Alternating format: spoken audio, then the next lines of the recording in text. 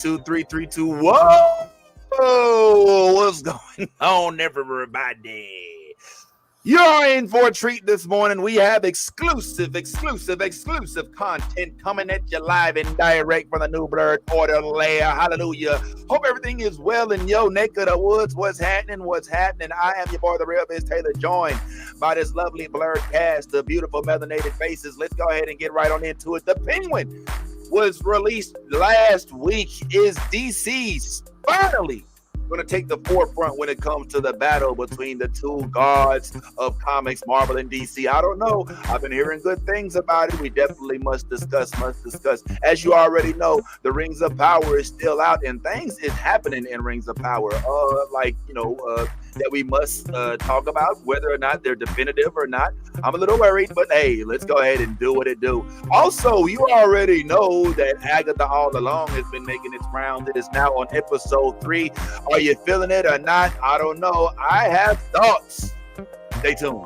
And we also have some exclusive content, shall I say, from none other than our new friend now, Mr. Anthony, who may or may not have some interviews that were done with the actual cast of the Rings of Power show that we love so much. So we gonna get on into it. I'm your boy, the real Biz Taylor. Shout out to you all for tuning on in, and I am joined by none other than the one and only Nolly in the house. We got my man Ty in the house.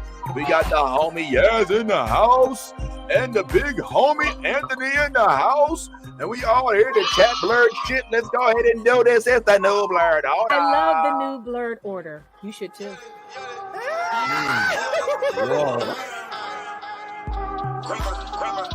Let me get all this 10P Wayne. All the niggas rapping about the same old thing. I've been coming through with the same old gang. Ain't shit changed except 9 got a name. Got it out the mud but we got no stains. Cold ass digital with a gold ass chain. The girl call me daddy, not my government name. Money on my mind, got them bands on my brain. Let me tell y'all about a nigga I know. The nigga stay clean so he always got hoes. Light skinny bitches like. Alrighty, y'all. So you already know we got to keep up with everything that's new, fresh, hot to death. And what's popping right now is this Penguin show. Let's keep it real. I'm going to get right on into it. We've been talking about this show, and I specifically remember predicting that this show was going to do numbers, was going to set a new standard when it comes to DC, and that since we weren't looking for it, that the slate was clean with regard to expectations, and that it was going to, as a result, exceed expectations. Ty, you've seen the first episode. Is it exceeding expectations? Yeah, I would say so. The acting is pretty damn good. So far, the plot seems like it makes sense. And yo, I can't say enough about Colin Farrell right now. Like, dude is doing his thing. He really is doing his thing. The Penguin is I didn't think I would be as interested in the Penguin as I am as a character in DC, but right now I'm pretty interested in the Penguin. Yeah. Yes, I sense you feel the same way. Yeah, I mean the show, I'm not gonna lie, is it's incredible. It's not what we expected, but hands down, I mean, I want to learn how to walk like Penguin now. Like, you know what I'm saying? I don't know. All right. Now, Nolly, I don't know if you had. I mean, me and you. I think you did get a chance. You did. Okay, you're by yourself. Oh man, damn. All right. Well, did I miss the mark with my prediction? I mean, I know we're only on episode 1, which we have to discuss why it's 2 weeks in a row now and they're still only episode 1. Why do they do this whole thing? It's giving Invincible, but we'll talk about that later. Your thoughts on the actual release? I legit, because the makeup is so good, forgot that it was Colin Farrell under there. Right. And I was like, you sure? Check IMDb again. You lying? That's crazy. It's good. And I'm not a DC person, like, at all. Far from it. It's not my thing. But I enjoyed it very much, and I would love to see where it goes, you know, if they would post another episode. So Anthony, you've had a chance to check these out, man, and it is interesting that they didn't drop another episode. We can talk about that in itself. But before we get into that, what are your thoughts? What's your take on the Penguin's release? And also, if I'm not mistaken, have you seen more than one episode, or are you? Nah, I'm behind, man. I want to, but I am very far behind. From what I've seen of the show looks phenomenal. Like it looks really, really good. It's giving everybody those Sopranos vibes, which is really cool. So it fits in with the whole HBO thing. Definitely going that whole Italian mob boss vibe from beginning to end. So we're seeing that other side of Gotham that we only got to see hints of in the Batman movie. I like the idea of it. I'm really curious to see how it goes from here and where they're going to take the character in this 8-episode run. But overall, it looks really, really good. Yeah, I think that was the goal, right? It's kind of to like bring more of the gritty underboss, underling, the good fellas of Gotham kind of that existed to life. They tried in the show Gotham. Did we watch Gotham, right? There was a Penguin in Gotham, and he was pretty damn good. If I could say so myself, he was probably the best. He was so good. It's almost fathomable that you could watch Gotham and say, "Yo, that dude needs his own show." We just need to make it. We just need to change the actor. You know what I'm saying? Which is kind of fucked. But I'm loving this concept now. I'm not gonna lie. I haven't had a chance to see the whole thing yet, but for those of us who haven't watched the whole thing, what could you speak to us? Just I'm going to throw this out as a jump ball. What could you say we have to look forward to with this show? Ty, what do you think it is after this first episode? Is your take on how good the show could be based on what you've seen? You see? Well, I'm glad you asked me that, because this is very, very easy. Sophia Falcone is absolutely amazing. Like when you talk about acting, this girl like she took it. They was like, we want you to play Sophia Falcone, and she said, I am Sophia Falcone. Pulled up, and I mean, she's scary good. Like she's scary good. Like that's like you're like as soon as she comes onto the scene, it's immediate. She gets right to it, and from that point on, it makes you look forward to this. The young man, his name is Renzi Felice. He plays Victor. He is also someone to watch. I actually saw him, and you know who I see when I see him? Miles Morales. If you were looking for, wait. So are we talking about old boy that played Alex Wilder in The Runaways from Hulu? Is this the young light? We are absolutely talking about the same kid. This kid is this. I think this is gonna be his breakout role as well. Because we know him from Runaways. I don't think a lot of people are familiar with Runaways, even though it's been around for a while. But I don't think a lot of people caught on to Runaways. But this kid has a lot of star potential, and I think he's the right guy for this part. And I think it's gonna showcase his skills as well. So yeah, man, this show, there's a lot to look forward to, but the acting is phenomenal. The way that they've done Gotham and how they have it looking, it looks like a city that's filled with crime. It does. It looks like you would pull up to this city and be like, all right, kids, we're just getting gas and we leaving. We're not don't ask for nothing to eat. Don't ask for nothing. No stops. We out. So yeah, man, I love it, man. Yeah, yes. Your thoughts? Same. Yeah, I mean, I couldn't have said it any better than like what Bad Tie said. Like she embodies that character. It's oh my God, she's tiny as hell, and she's the scariest character out of everybody. You know what I'm saying? So I don't know. This show has so much to work with. And just off of the first episode, I am super ecstatic to see where this is going to lead. And I mean, it's so Italian gangster, you have like, you know, Penguin's mom calling him a fucking pussy boy. You know what I'm saying? Like it's that level of just, you know what I'm saying? Like get your shit together. You know what I'm saying? Like you're either the good guy or the bad guy type shit. And it's just, I don't know. I'm super excited to see where it's gonna go, because that scene alone with his mother and that pep talk, yo, that was gas. I'm not gonna lie. Okay.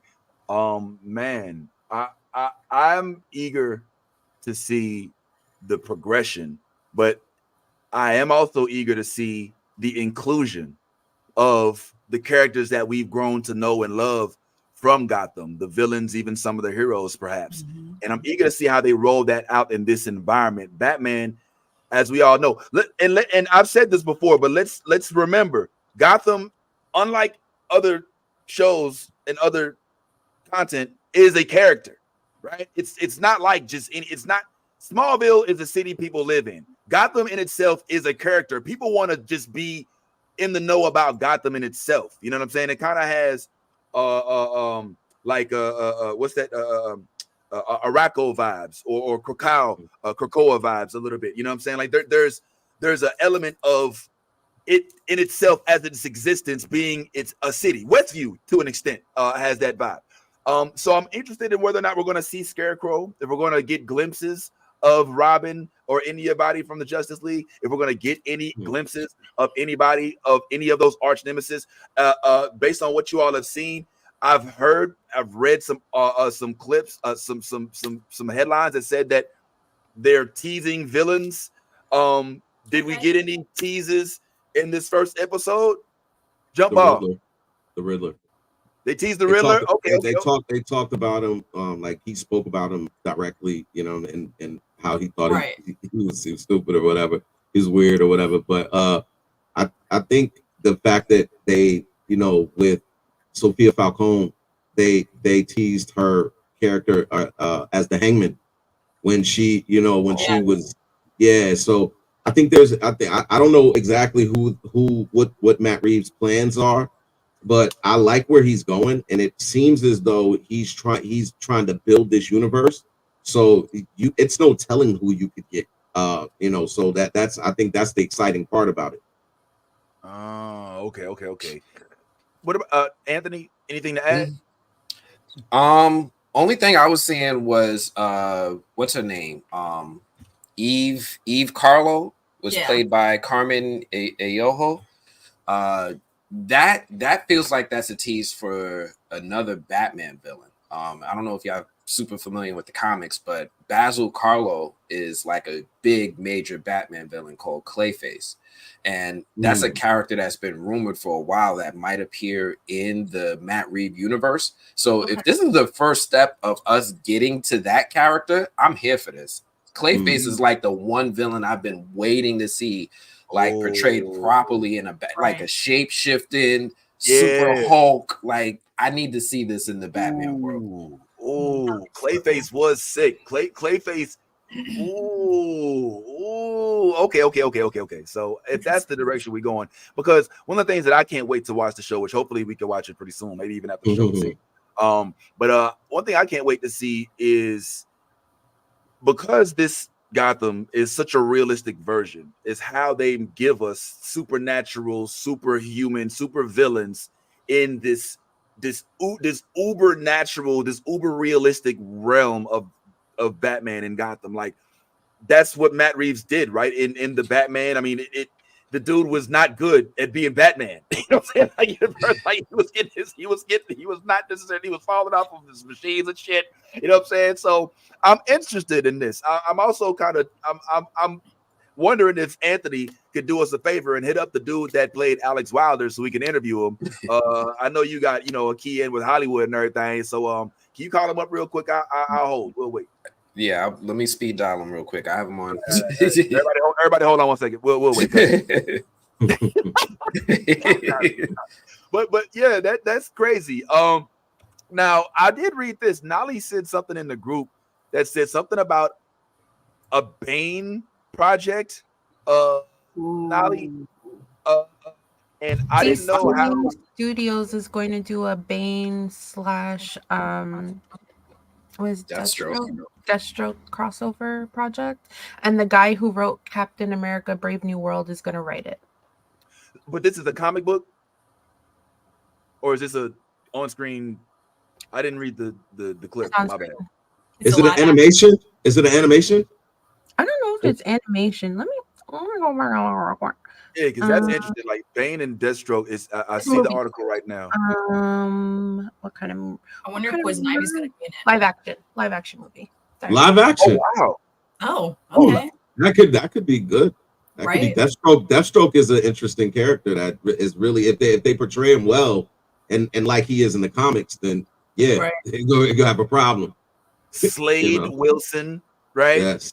I still remember the Deathstroke from the Arrow. Like he's imprinted in my brain.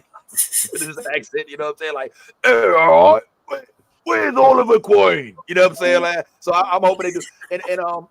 And I'm also curious as to whether or not we're going to keep, since they are going in the direction of, if they're putting Bane and Deathstroke together, those are two different universes. We're talking, well, they're both from Gotham, but at the same time, like Bane is more of a Batman, direct guy, and Deathstroke is a little bit more, off character when it comes to just Justice League. I'm wondering if they can throw, some other villains in that bitch too. You know what I'm saying? Like, maybe, get a little Harley Quinn, a little bit of Weasel in that bitch. I'm saying, how they're going to use this to like give us some of them characters we done got already. Ty, I know you've been begging for that Weasel release this season. I have. I'm still waiting on that Weasel release, man. Weasel eats kids, y'all. Like Weasel, there's no more villainry, like no more villainous behavior than no worse villainous behavior than eating kids. They said that off the top. He eats kids. Like, yeah, but they didn't specify like what age of kids he eats. Like, you know what I'm saying? That's what. Oh, is there a better? What age? I'm just trying to figure out what is so intriguing. You know what I'm saying? Like what, you know what I'm saying about him eating kids. I just like that's what I'm trying to figure out. What do you think? What age do you think? Yes. What do you find acceptable? Well, I mean, it's not obviously like a baby or a toddler. You know what I'm saying? Like it's kids. You know what I'm saying? So we're talking about like 5 to like maybe like 10. You know what I'm saying? Like kids. Maybe 8 years old. Like I mean, that's what I'm thinking. And like. And my next question is like, I wouldn't want to see him try and like how would he even eat him? Like a snake? You know what I'm saying? Like just imagine Harry, you know what I mean? Like Harry Weasel, like picking up a little kid and kid's like struggling and he's just like, you know what I mean? I don't know. I don't think I'd want to see that. Well, maybe we should test this theory. You having the kids? I'm just saying, like, how would he eat the kid? Like, you know what I'm saying? Does he eat him like, like a troll? Like, you know what I'm saying? Like, he just takes like chunks off it. It's all in one go. Like, I have so many questions. If this movie comes out, I just feel like I don't think he would actually eat the kids. I mean, it was funny. It was just funny that's how they mentioned it. But I don't think they would ever show him actually eating kids. The whole purpose of him being on the back of that plane is because this is a way to try to be rehabilitative to these criminals, like giving them an opportunity. Yeah, but he got away. He got away though. No, I understand. At the end of the movie, they thought he was dead. He got it and ran away though. You know what I'm saying? So like, I mean. No, I'm just saying I don't think they would show him eating it. Like what you would find is bones. You more than likely you would find bones. Like him with the chicken leg, you know what I'm saying, with the shoe. I doubt very seriously they're gonna have him eating kids on the thing. But it would be interesting to see him go through that process of determining which kids are edible and which aren't. Like if he goes and he's like, oh, you're not 5 yet. Oh, so I gotta eat you instead. That'd be like, oh, at least he how fresh is this baby? He's like, Miney, Mo. Hey, bro, this baby expired. Can somebody bring me a fresh baby? And this bitch like, how the fuck y'all gonna bring me a 3-year-old? Like the baby got yes. I think the best way to eat a baby would be. Let me stop. I don't know. Yeah.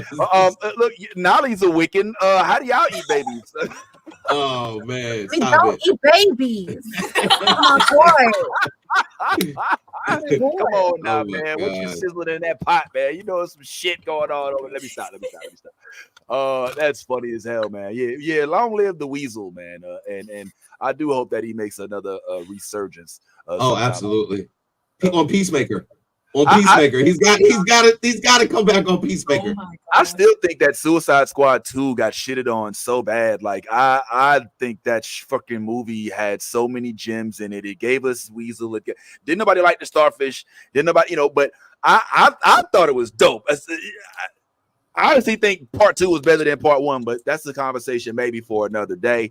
And we did get a sequel, a spinoff out of it with Peacemaker, which of course we're expecting to have a season 2 popping off here again pretty soon. Here's the article for those who are interested in the Bane and Deathstroke movie crossover. It is on comicbook.com for those who are interested. And definitely let us know your thoughts. So it sounds like the Penguin is off to a good start. We will continue to monitor this show, and we will recap and review it on a weekly basis after we get caught up. Or maybe, I don't know, maybe since we got special exclusive access, we just binge that shit like a motherfucker and spoil it like next week. Like, fuck all that. Now, let me stop. We wouldn't do it. But I'm glad you're paying attention. There's other things afoot that are right now brewing in the community, and I'd like to move forward to Middle Earth, where we are now amidst wrong clip.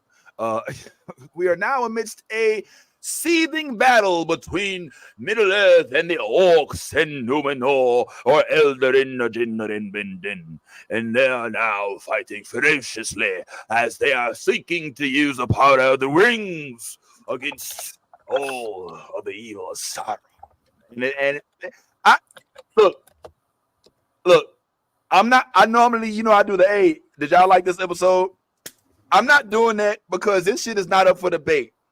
This week's episode of Rings of Power is the best fucking episode that has happened, point blank, period. You cannot, this is not up for debate. It put everything to shame this week. I will put this week's episode of Rings of Power against the finale of House of Dragon. That's how dope this week's episode was. I mean, everything will win against House of Dragon finale. My bad. Not the finale, but the episode right before that, the one where Rhaenyra shows up with the dragons, and she's like, the dragons on the back. Like, what? Come on, Cletus. Like when she did all that shit. Like, I feel like this one right here takes the cake on that. This shit had everything that Lord of the Rings gave us in the 9-10 hours of its first epilogue release in a 60-minute episode. We got love, we got death, we got fighting, we got wars, we got cave trolls that was the size of entire freaking forests. We got accidental death. Which I love. Oh, my bad. Oh shit. Sorry. Spoiler alert. We got to see, and I just want to kind of bring this into context as well. We got to see the words of Lord of the Rings come directly to life. So I will ask you all your opinion, but let's just real quick remember what it is exactly that we're going through here. This is Lord of the Rings prequel, and the whole season is based on these lines from the original Lord of the Rings movie. I will read this, and I quote, this is from the script from the 2001 Lord of the Rings Fellowship of a Ring. It says, it began with the forging of the great rings. 3 were given to the elves, immortal, wisest, fairest of them all. 7 to the dwarf lords, great miners and craftsmen of the mountain halls. And 9 rings were gifted to the race of men who above all else desire power. For within these rings was bound the strength and the will to govern each race. And then this is the line right here, y'all. This is the line right here. But they were all deceived. And this episode is exactly that. This is exactly that. This is where we see the deception aspect of Sauron. Bro, how dope was this episode? Anthony, I'm not tripping, right? This shit was... No. Oh, yeah. Anthony didn't see it. Oh, shit. No. I saw it. No. This was definitely my favorite episode. You know, I've been spending all week fighting with trolls online that is sitting here trying to talk bad about Rings of Power. You know, the people who don't want to see diversity in the show. That's how I spent way too many hours of my day. But this definitely was my favorite episode of the season. We had a lot of moments in this episode was giving me Two Towers vibes. And like, as Lord of the Rings goes, you know, like the series gets progressively better. Fellowship of Ring, Two Towers. This was giving me Two Towers vibes. It was like, yo, look to the north at daybreak, and you know, and I'm like, oh, they about to come through. Nah, the dwarves ain't. The dwarves ain't come, Yo, I was really feeling this episode. Sauron took center stage as well because like he got caught out there. He got caught all the way out there. They finally revealed him. Man, I feel like I just want to talk through the episode scene by scene. That's how much I loved it. But I'll tell you what.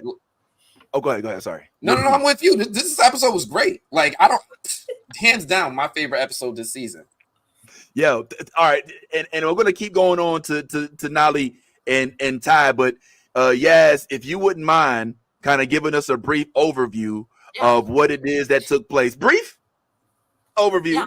I'll give you a brief overview. So that we can go over everything here real quick. So without further ado, Yaz is gonna hit us with a breakdown. Tell us what it do, Yazzie.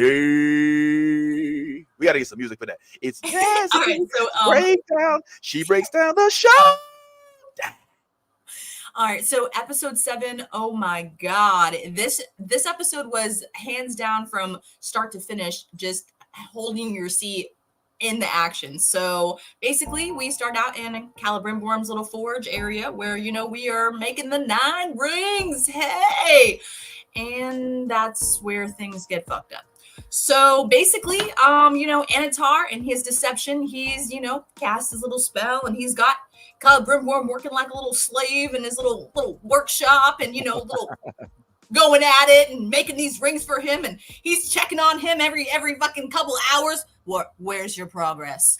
Well, while Calibrimborum is, you know, steadily working away, you know, in his little shop, he realizes, I've had this candle burning for like ever, and this mouse keeps showing up and doing weird shit, and like I feel like I'm going crazy. Well, that's when shit hits the fan because, you know, Anatar don't like when people talk back. Okay, right. So things get real crazy, and I'll let y'all dive into that a little deeper. But from there, you know, we definitely have to go and find out what's happening with the dwarves. Okay, King Durin, he's still on this power trip, and things are getting a little crazy with you know the dwarf kingdom. And should we overthrow him? Should we not? Decisions. It's just so hard because he's daddy. You know, but what's right for the kingdom? You know what I'm saying? Daddy for the kingdom. Daddy. Damn. So, you know, Lil Durin got a lot of decisions to make. Meanwhile, his wife Disa is up in them caves, you know, talking about like, don't come near. I got my axe. I'll chop you down. You know, wife's holding down the fort. So from there, you know, we figuring out what's going on with the doors, only to find out that Daddy has really lost his mind, and, you know, we really do need to overthrow his ass because he's on another level, okay? So, decisions. Should we do it? Should we not? Should we do it? Anyway, Calibrimborm, he's still in that shop trying to figure out how he's going to escape. And, you know, things happen when he does finally get out of that bitch, and oh man, someone dies. And it's all fucked up, and god damn it, I didn't mean to, and I should have stayed in the tower. And oh shit! Yeah, Calibrimborum, So Anatar, he's convinced the whole city of Eregion that you know, Calibrimborum is crazy, and now everybody's like, oh hell, Lord Anatar. So I don't know, just getting real. Eregion, I pray for them. As this episode goes on. But then, what's going on here? Elrond, just like I predicted, running to go save the town. But wait, Adar, I have your girlfriend, Elrond. Ha ha ha. Yeah, that shit didn't go as Adar hoped, you know, because you know shit don't go that well when you got you know people's women, you know what I'm saying? So you know, Elrond goes to treat with him and they discuss, and guess what Adar wants? He wants Nenea, the fucking ring. Well, Elrond's like, I'm not giving you that shit. You're gonna have to kill her. Can I say goodbye? I mean, he made the decision quick. There was no thoughts about it. It was good though. It was good though. So he ended up giving, Galadriel a little trinket and helped her possibly escape if she's wise and smart enough. And we know that bitch is crafty. So guess what happens? She escapes. Oh my God. Gotta find her in the camp. And guess who comes to her aid? Oh, bro, our boy. Yo, he came in like a knight in shining armor, didn't he not? It was beautiful. Oh God. I'm just saying, Rondir is a real one. Like he be, that man he be trekking through the woods trying to, he's like, I'm gonna kill Adar. That's why I'm here. Well, Galadriel's like, let's not do that and let's just go save the elves. You know what I'm saying? He's like, I don't care if he takes my life. He takes everything from me. And well, Galadriel, she's like, but we can kill him with the army. Let's go with the army. So they trek on to Region to go save the elves. And what's going on? Elrond is fucking I give it to my boy because he was swinging at the beginning of the war. I'm not gonna lie, he was strong, and I was like, I appreciate him this one time. And then things progressed, and all I have to say is the most gangster person in the entire war was the elf from the first elf from the first movie. I'm telling you, she dies like a gangster. Like, wait, bro, if anything, you have to see her die with the best arrows in this one. And she's still like, and just it was amazing. She hands down, this episode had so many great tidbits in it. You got to go watch it and check them out for yourself, though. I can't even go into more detail right now because I'm so like, wow. Anyway, from there, Galadriel and Arondir finally, trekking, going to go save Celebrimbor, and guess what? Celebrimbor fucking escapes. And guess who he finds? Galadriel, and guess what? The fucking army finally believes him, and he did give her the Ring of Nine. He did. So the rings are safe with Galadriel for now. But where the fuck was Arondir while she was, saving, Celebrimbor? He was dead. Yo, what the fuck? Ty said it.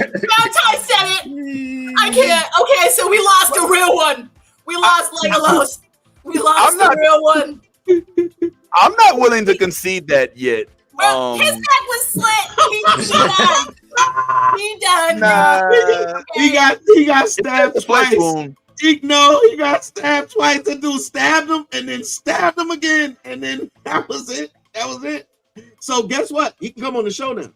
I'm just that, and that's where I was leading to. I was about to say, so our boy, our knight in shining armor, he did die, but it does not mean he cannot be saved on the show. You know what I'm saying? Like we can save him and we can redeem him and we can, he may be still alive, he may be not, but I think the best way for us to see this is, we got to get him on the show to interview him. So I mean, Arondir, I'm talking to you, my boy. Like you gotta give us the tidbits. Are you dead or not? Are you dead? This has been anyway. Oh shit! Okay, my bad. Hold on. One last thing. So now Adar, he kills Arondir, and guess what? He goes after Elrond, and Elrod's like, "I'm waiting for the elves. The elves said they would come." Not the dwarves. The dwarves. My bad. The dwarves. They did. The dwarves said they would come. In the lights, wait for the lights. The motherfuckers never came because they had their own shit going on. And yeah, I digress. And guess what? Adar got the motherfucking ring. This was the breakdown with Yaz. The breakdown with Yazzie, and I ain't gonna lie, like daddy, but that's daddy. That's daddy. She got a point. I'm done. All right. enough was discussed in the beautiful, oh so informative recap that we get from Yazzie Fat Nasty on the weekly. And I ain't gonna lie, the daddy shit stuck out. But the one thing you didn't mention that I was waiting for was the fact that not only was old girl a hellified gangster, but we probably got one of the illest cave troll scenes I've seen in all Lord of the Rings productions. From Fellowship of Ring to Desolation of Smog, all the way through last season of Rings of Power, this motherfucker, when they said, Adar was like, release him. And he was like, but sir, he'll kill our own. Release him. And the motherfucker came out, stepping on all the orcs, eating them, using them as human shields in real life. No, it's safe. She's like, no, yo, that shit was like, when old boy was like, they're clearing the fields. Like everybody was like, hey, he was like, oh hold up, bruh. They clearing the fields for that big motherfucker that's coming through the goddamn trees and shit. And that, yo, bro, it was like Stay Puft Marshmallow Man on steroids with hard reptilian skin. This motherfucker did. And yo, listen, we already gave you the spoiler alert. So if you're still watching, it's your fault. Motherfucker, they killed the droll, right? And this nigga died in the illest, most villainous, most fucking like galling way. They stabbed this nigga twice in the heart. This nigga starts laughing. This motherfucker is laughing. I'm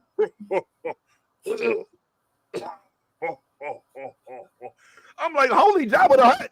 This motherfucker is not playing. Yo, that's one of the things. The fact that this motherfucker, Sauron, is so cunning. He went to that chick before Celebrimbor got out and was like, "Is something wrong with him? He's lost it. He's lost his mind." I'm like, the fact that they got this motherfucker to think so many steps ahead. You know what I'm saying? Yo, this shit, I'm fucking loving it now. And here's what's even better. That's just half of the plot lines of the story. We ain't visited a Harfoot in 2 episodes. We still don't know what's up with Ishtar.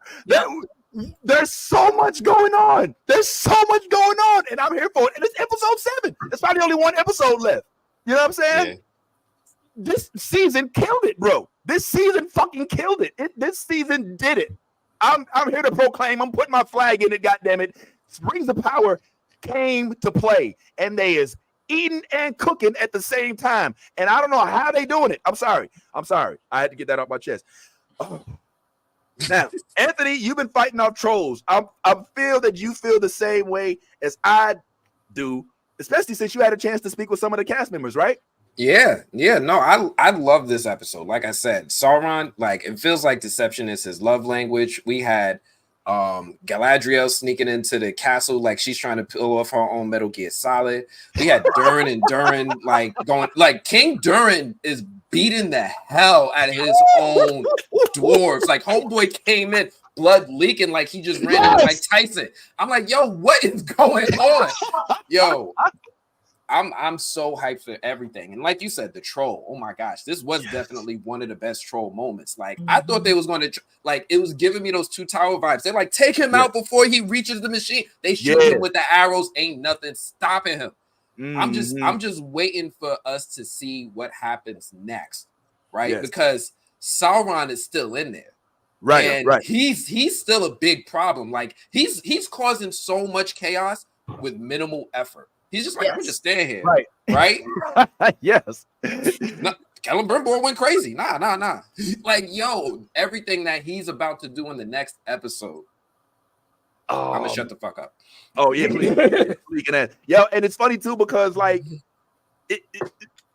Sauron, he gets caught multiple times. And whenever he gets caught, he be like, well, the fuck you gonna do?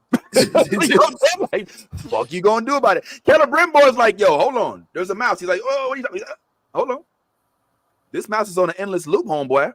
I know a time loop when I see it. Look at this fire. This shit going on. This candle ain't burnt, my nigga. And he's like, all right, you got me.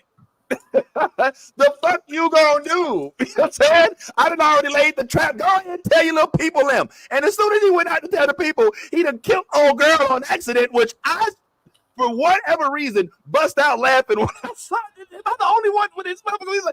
He's like, Caleb Rainbow, go back to the castle. Get your hands off me.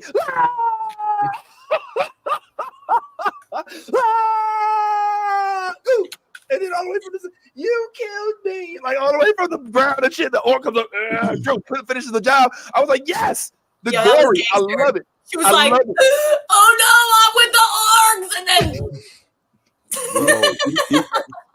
you know what's funny about that whole scene, right?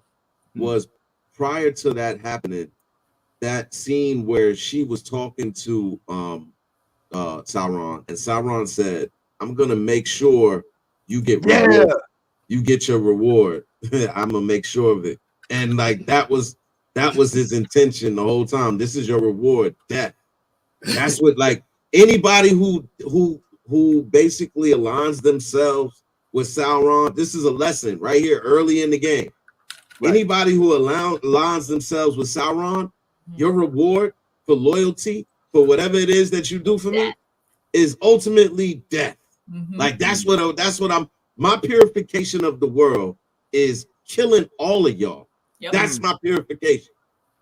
And yo, how gangster is it that they've met right before the battle, and he's like, "Oh well, I'm just gonna put my sword to your neck on the battlefield." He's like, "All right, I'll see you on the battlefield." You know what I'm saying? Like they talk about it so casually. It's so gladiator, very Max Aurelius. You know what I'm saying? Like just, all right, well, you gonna take her head off? Can I at least say goodbye before you decapitate her right quick? You know what I'm saying? Like the level of humility that goes into these battle scenes, and the fact that Elrond was left at the altar at the end, it just made it, oh my god, because you're expecting that Gandalf the White on the horse with the cane to come out and you know what I'm saying? And nobody shows up. He's sitting there left at the altar with his goddamn wedding gown on, and the motherfucker didn't show up. Yes, he didn't show up to the goddamn altar. Yes, he left him. But you know who could tell us directly? Who could tell us best about that, man? They could probably tell us about that themselves, as our homie, as we said, did actually have an opportunity to ask them a question or two. So let's see what the movie again. Nice to see. Let's see what it is that our friend Anthony was able to get out of some of these cast members. Ladies and gentlemen, exclusive access. You won't see this anywhere else. We are dropping this live right here on the New Blurred Order. I want you all to give a gander to some of the cast being interviewed by our good homie Anthony, the movie blogger. What's happening? Oops. Balance paying homage to Hugo Weaving's portrayal while also making. All right, so here's the setup. It's a junket, and we're gonna go ahead and see again. Nice to see. And let's start this over. Nice to be remembered. Right, Thank you so much. We haven't done a lot of these before, so Anthony, set this up for us. What's going on here, fam? Oh yeah, so I had an opportunity to speak with the High King of the Elves the first time, and then I got to speak with him again. So this was like kind of like a roundtable junket. I was going from like Zoom room to Zoom room and like railroad style interviews. So I got to be able to talk to a lot of the cast members and ask them some specific questions to help at least get people hyped up for, if you haven't been watching season 2, watching it and getting hyped for the finale. So I was able to speak to these two actors here, Elrond and the High King Gil-galad. And I also have another one right after this if we got time. We ain't got to do it. But I was able to speak with the actor who plays Sauron, Charlie Vickers. So Charlie Vickers. So that is really like my hype moment for this one. Absolutely. Let's get right on into it, y'all. This is our homie Anthony conversing with the cast members of Rings. That's a fun room. That's such a fun room. Thank you. You know, I don't have as much fun as you guys, but I try. So I'll go ahead and I'll get started. Anthony with the movie blog. Robert, you're playing a younger version of Elrond, right? A character who has already been brought to life in those iconic Peter Jackson films. Right. How do you balance paying homage to Hugo Weaving's portrayal while also making the character your own? Fucking great question, bro. Fucking great question. All right, sorry. I just got it. Yeah, the second one, really. Like, the way I've always thought about it is it's like you stopped him. So You did. You stopped him. Yo, hold on real quick. He was like, God damn it. That was a We good got to do the play-by-play on I this wasn't shit. prepared for these fire-ass questions off the rip. He stuffed him off rip. Anthony he was like, hold up, man. This is coming from the dude with the comic books in the background. Like, you know what I'm saying? Like, he wasn't ready, bro. All right, sorry. I didn't mean. Let's go ahead and get back on to it. Any kind of telling of the third age, and so it's in there that I've had the lightest touch. In fact, there's when you read the third age books, there's a lot of references to the second age and the first age. That's what I like so much about his writing. I almost feel when you're reading the Lord of the Rings trilogy, he's desperate to get some, like you can feel how much he wants to talk about the previous ages and the history. You know what I mean? Whenever he can, he'll indulge in, this was where the city of Eregion laid, and you and he'll go into it a little bit. So any of my interaction with the third age stuff has been sort of searching for those moments to help me here. But in terms of like, I like to use the city of Rivendell as a sort of indicator as to who he's going to grow into, because there's so many unique and strong elements to that city that like you can sort of pass back and find the person who created it. So that's what I did a lot when creating the character, I think. And I just became obsessed with the first age and all those books. I'm just totally obsessed. You're doing a fantastic job. Yo, I think he answered the question. What are your thoughts on that response, Anthony? So like you said, stomping him was like one of the things that I try to do when I interview people is I try to make them think, because a lot of times when you see these actors, especially these high profile shows, they have prepared answers. Like you might see them say the same thing, interview to interview to interview. Oh, wow. So I always try to come through and try to ask them something that's a little, I don't want to give away all my secret sauce, but I always try to give them something that'll stop and make them have to pause and think and give me a freestyled answer. So nice. As far as what he was talking about, showing hints of who Elrond would become, absolutely, right? Like you see that in Hugo Weaving's performance in the movies. He's always holding something back, right? He kind of talks about, Galadriel lives in the forest, bitch. But like he's not saying, he's not saying everything that happened. So I love that we're getting this show to fill in the gaps, and I love the way that he's kind of like hinting at the character he'll become without being outright that character right now. Fair, yo. I think you handled it well. I actually, and I've done this in interviews before, job interviews when I used to have those. I remember one time I had an interview and the lady asked me a question and it stumped me, and I was like, I'm not gonna lie, I think I need a little more time to think about the answer. And she was like, okay, fair, take your time. And I didn't get the job, so maybe that lost the bet. But I think sometimes it's good to take a second and just be like, look, I don't fucking know. Let me think about that shit for a second. So kudos to you, man. Let's keep this going. Let's see what the next question is on this list. Oh, whoops. I love the sense of continuity in your performance. Thank you. And Ben, Gil-galad is a figure from the first stage, yet, we see him in a more diplomatic role in this series. Sure. So I'm curious, how did you approach playing a character with, such immense power, but who operates from behind the scenes? Shit, yo, get the fuck out of here, bro. Get the fuck out. Are you seeing this? Are you fucking seeing freaking Montel Jordan in this that freaking Barbara Walters style of interview? Yo, like I wasn't ready, man. Hey, so what y'all? So when y'all was playing the role, it was cold where y'all was at, or like no, he's like, so when you actually played the role of, bruh, I just want to stop and give you your flowers real quick. Hold on, let's go ahead and keep moving. Well, it's the boy. We got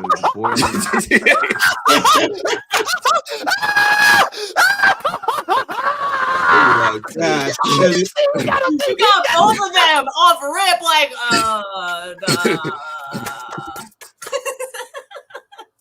sorry, bro. This is exciting to me. They're gonna be avoiding Anthony next time. They'll be like, that's a movie now. No, they're gonna come prepared. They're gonna be like, I have a whole prep sheet ready.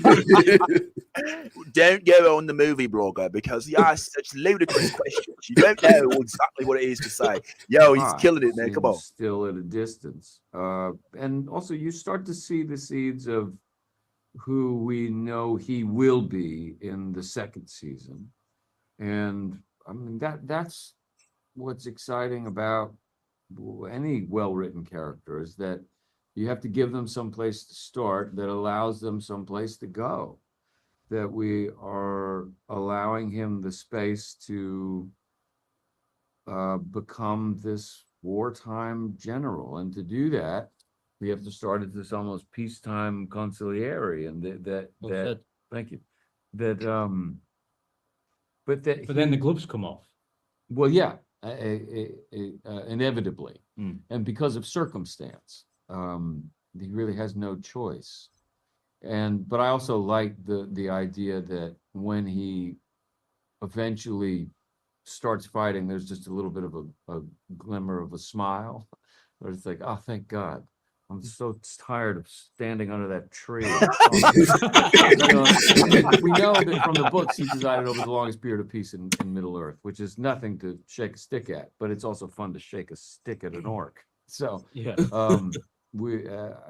I'm lucky that I get to do both the political drama and get my hands dirty in the mud. Am I the only one who's a little shocked that? Because for some reason, I'm looking and I'm expecting everybody to be from London or from Luxembourg.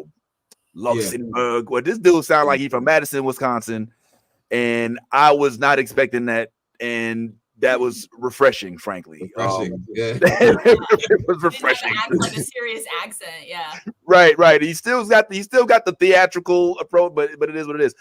Your thoughts on the response, Anthony? Like looking back, you got to remember, this is my first time watching it. One thing that I always enjoy in when I'm doing interviews, especially when there's two people, is when they start doing my job for me, right? Like you see, Elrond was like, oh yeah, go into that. Yeah, talk about that. So I love that part right there. I think his answer was kind of a little bit of a spoiler. He's like, yeah, I'm going to be the general in wartime. I'm like, that hasn't happened yet, bro. What the hell are you talking about? But I see. But I think he gave a really solid answer, and he did hint at what to get excited for in the future. This next one is going to be a longer answer. This next question, they're going to talk for a minute, so I'm going to just warn y'all about it now. Oh, damn. Oh, wow. Okay. Should I get comfortable? Is that what he's saying? All right, hold up. I was just going to also add, No. What you have? I was just going to add to that. Now that I just saw that scene, I mean, not the scene, but the comments that he just made, it brings me back to the scene in this episode where the king does hop down and think about it. There is an army of orcs headed for y'all, and it's like maybe 15 of y'all left. Yeah, and he didn't say we need to retreat. This motherfucker, he was like, the orcs, they're coming. I promise you, they're coming. And the king was like, all right, I ain't gonna spoil it for you, Elrond. Ain't nobody coming, but we about to fight. We about to fight these fuckers right now. So if they come, they come. If they don't, they don't. But we about to go get it in. He did not there was not a flinch in that king. Right. He went straight to killing people with that scythe. Yeah, that spear thing. Yeah, that shit was nuts. He was getting busy. I was like, oh, okay. So when he just made that comment, it makes so much sense because he's like, yo, I've been back here sitting under this tree the whole time. Everybody just thinking sweet, and the whole time I'm a whole killer. Right. I'm a whole killer, and nobody really knows because I've been really just playing this piece role because it benefits the whole realm, and really I'm a whole killer. So he was like, yeah, I've smiled in that moment because it's like oh, I get to do what I love Elrond and again Gil-galad for a moment. Yeah, right. Yeah, I mean that I didn't really think about that because at the time, just to kind of piggyback off of what Anthony said, we've kind of seen this movie before a little bit, right? They teased it so similarly to the Two Towers scene where we're looking to the dawn of sunlight for the shining white horse with the knight in shining armor to come and rescue the city. And to the credit of the writers, let's give the writers some credit because they be striking and shit. To the credit of the writers, they knew that was not a good plot to put forth. Let's not forget, and correct me if I'm wrong, Nali, this is not content that was pulled from a novel. This is written content, correct? No, there's novels. So this is all. There's like prequel novels like The Silmarillion and Children of Odin and okay. But they're not Rings of Power novel though, is what I'm saying. They're not like in-depth big novels. They're smaller novels. And they don't really like go into full details about everything. But there's like a gist of it. You do have to fill in some gaps on your own, is basically what Rings of Power essentially does. Like there's an outline, so you're just filling it in. Okay. Figured that much. Okay, so let's go ahead and continue to delve into this also well conducted interview for our brother here. What's the next question? I may have to back it up a second. Hopefully not. They have such a nuanced, almost mentor-student relationship in the show. What was it like for you to work behind the scenes to develop the dynamic, and what can you tease for fans as to what they can expect from this relationship as the series progresses? Well, I think there's a mystery to the king. You know what I mean? There's a mystery to Elrond with the king as well. You know, I know how I feel about him, and I know that I trust him, but I also feel complicated about him. And I feel his lessons as well. But that's what I like about. I think Gil-galad is constantly teaching Elrond lessons, how to lead. He's almost training me, but not in the overt sense of like, you'll have to remember this, Elrond, when you're king. You know what I mean? Right. Not in that way. Yeah. But just sort of those little moments that Ben really brings to the role, where it's like I think when you're playing those scenes with him, you can feel that Gil-galad is being like, this is an important thing that you need to see, learn, or experience, And there's Gil-galad, we know that he spent the majority of his youth with a surrogate father, sequestered and mentored by someone who isn't necessarily his blood, wasn't signed up for the job. And it's like, in some ways, like a really good nanny, forgive the analogy, can be almost better than a parent because they're so egoless and they have so much experience that they can come and offer life lessons in a way of example, a structure that is at first glance seemingly impersonal, but in the long run almost more loving, because parents oftentimes impose what their parents did and their expectations of themselves on their children, as opposed to someone who has no dog in the fight that you can really learn from. It's like why you don't take piano lessons from your parents. It's just too complicated. And in that way, I think he understands that surrogate mentor relationship and is therefore readily available to apply it to Elrond. And so they can both grow together, but also, share ideas and enrich each other's journeys. Great answer. Did you get the answer you were looking for, Anthony? Yeah, absolutely. Like, Elrond and Gil-galad's relationship is always like that surrogate father-son thing. You almost, like, if you didn't know, you would think they were father and son, right? Right. But I think he answered it perfectly. He gave me a lot of insight as to what their relationship is. And then, at some point, Elrond is going to assume the throne. He's going to become, the leader of the elves. So I love seeing it. And I love seeing the way they talk about it, especially because that Gil-galad actor, you could tell he really loves Tolkien. So I'm here for it. I love that answer. I did want to comment on the fact that he looks very Jedi-esque. His interview, like, yeah, he's got a beard out. He's giving me a heavy Qui-Gon vibes in this. Meanwhile, Elrond looks like the newest Men in Black recruit. I'm loving the naturality, and I also love how natural you are with this interview. Let's keep this going and see what else it is that they unveil. I'm not saying nannies are better than parents. I have no opinion either way, but there is something to that relationship that no actually means no. You're not gonna be able to manipulate me because you're not my kid. It's also very common at the end of the fair stage. What's that? For things like that to happen. Oh yeah, you know, well, especially because everybody's dead. Yeah, it was all broken up, and everyone was dead, and you know, like I was taking care of. We're cobbling together the family we choose. Yeah. As opposed to, you know, Daddy said, "Go to my room." Yeah, I like that. Well, thank you. Common, but often misquoted Tolkien line. Yeah. Well, thank you both so much. It's a pleasure speaking with you. I'll see if you guys can spot the difference the next time I speak with you in the room. Right. But it's been a pleasure. Thank you both so much. Okay. Yeah. Look, they both zoomed in. Like, what did we miss? Like, hold on. Nice to see. It's nice to be remembered. Thank you so much. That's a fun room. That's such a fun room. Thank you. You know, I don't have as much fun as you guys, but I know we saw that part already, but it's nice that they seem to have taken liking to you and your setup, Anthony, which makes it. Can I ask you something real quick before we go to the next interview?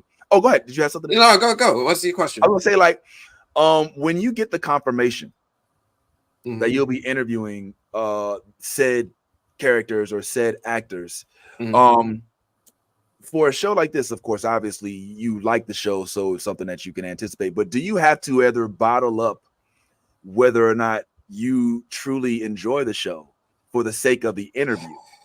Now, this is inapplicable to this because we know we all love Rings of Power, but just out of curiosity in this realm, before we go to the next question. So, you know, I used to just do interviews just because I was excited for the opportunity. I'm like, I need to get my foot in the door. Honestly, I really only try to pursue interviews if I'm actually interested in something, because I don't like to fake the funk. It's going to be noticeable. People are going to be like, why are you doing this? So with a lot of these interviews, you can tell when I'm really excited because I don't know who I'm going to interview. Like they said, oh, you're going to interview some people from Rings of Power. I'm like, I don't even care who. Give me a Hartford. I don't care. Right? That's right. But then they're like, oh, no, you're going to talk to Elrond and Gil-galad. I'm like, word? So who tells you that? I don't know how deep we can get into this. I mean, like, you find out from your PR contacts. It's different for every movie studio, every production company. So, like, it could be with Amazon, but you might have to go through someone who works with Amazon, or you might get Amazon directly. It changes from show to show. This one, I forget. I think I went through someone who connects me to them, and like she looked out. She looked out big time. I'm going to send her some flowers and chocolate for that one. Well, we have another interview for you right here. Let's see what you're able to ask. Oh, yeah, this was the director of the series. She's the director of the series. She directs like every episode, damn near. So her and I think he's like the set designer. I think that's what his title was. So like he's the one who makes Middle Earth look like Middle Earth. So I'm like, oh, y'all the ones who's, yeah, you'll see in my questions. Like y'all the ones who's in charge of making sure it looks right. So I got questions. All right, cool. Well, without further ado, once again, exclusive content coming directly in No Blurred Order. Let's go ahead and hear what Anthony had to say. I'm with themovieblog.com. I'm so excited to speak with you both. Thank you so much for your time. Thank you. So I'll dive right in. Yes.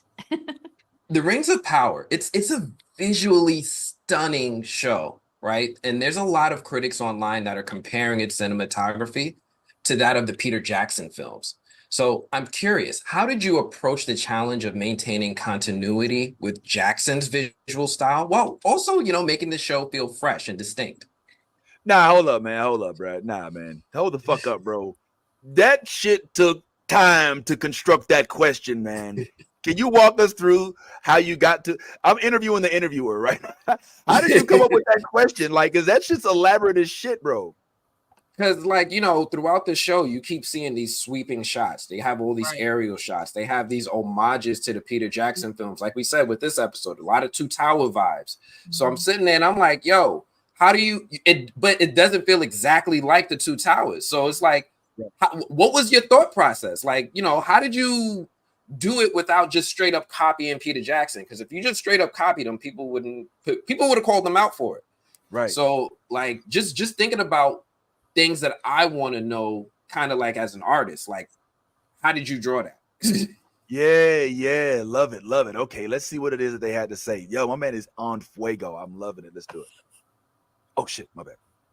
Well, our show, our story is thousands of years before the Jacksons, so it's a completely different story. It happened to be in Middle Earth, so that, first of all, it was a prequel, so there was no reason to keep any continuity there. I mean, we need to make sense, and we are taking, our show is going into Jackson's show at some point of Jackson Films. But it is, even though we are, both of us, big fans of Jackson, and we've seen the films many times, I don't think we try to really study all the time what he did to keep some sort of continuity, because a film takes its own life, and it has a script. Everything starts with a paper, and the most important was to actually do our job was really to portray what was on paper as well as possible, what the showrunner had written. And to find. So we were creating our own sets. And obviously there is a unspoken rule. There's certain things that are looking the way they're looking and then described in Tolkien. So yeah, but it's a totally different period. Yeah, and I would just to add to that, I think from a cinematographer's perspective, a lot of the look of the show, while of course lighting and camera placement is a huge part of it, ultimately what's in front of the camera informs a lot of what it looks like. So the sets play a huge role in how the show looks, right? And so ultimately, like what you see on screen is actually a lot of it informed by and dictated by these beautiful sets that are being built. And that's Middle Earth, right? The art department, Christian Milstead, the production designer, they're building Middle Earth, and then we get to play in it. We get to shoot it. So that's kind of where it comes from. Well, I feel like that there's like at least a consistent observation that the show maintains that epic scale and that grandiosity. Can you at least speak to maybe how you balance the vast sweeping shots of Middle Earth with those more intimate moments of character interaction that you guys are really, really nailing? I love the interaction. I think that I think what makes the battle interesting is the fact that we are intercutting with intimate moments. So we never get used. You don't get used to have time to get used to something. You disrupt it all the time. So by cutting back and forth between those very intimate, quiet moments and those big battle scenes, make the battle scene even more effective, because we feel it in a different manner. If the whole episode was only battles, I think that after 20 minutes, people wouldn't even hardly get into it anymore. You would get bored because it all looks the same. So it was important to do that. And then it's also about finding the story in the battles and the dramatic moments and the perspective and the characters constantly. It's really storytelling, whatever, that we're really focusing on. And then we both love what's epic and cinematic, and we love movies. So we're just trying to make it as beautiful and as big and as dramatic as we can. Real quick, I think it's so interesting how the thought process of having to merge all of the phenomenon of Rings of Power is conceptualized, if that makes any sense. Like what she just said fucked me up, because I didn't think about that. If it is 100% battles, then we lose interest. If it's 100% cinematic scenes, then it's like, all right, we've seen that before. Like the actual, like the construction of all of the elements in order to make them this body of work that is like right now gelling on all sides, on all fronts. I mean, freaking Elrond kissed Galadriel in this episode. I mean, nobody said shit about that. Like, I thought he was passing her a key or some shit, but evidently it was just a kiss. You know what I'm saying?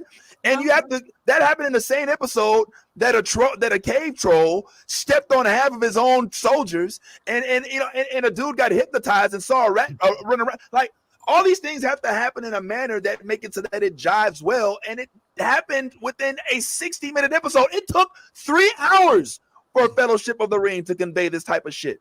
And so I feel like this question, you got what goes into making it so that that actually happens. Anthony, am I tripping about that, or am I putting too much into that?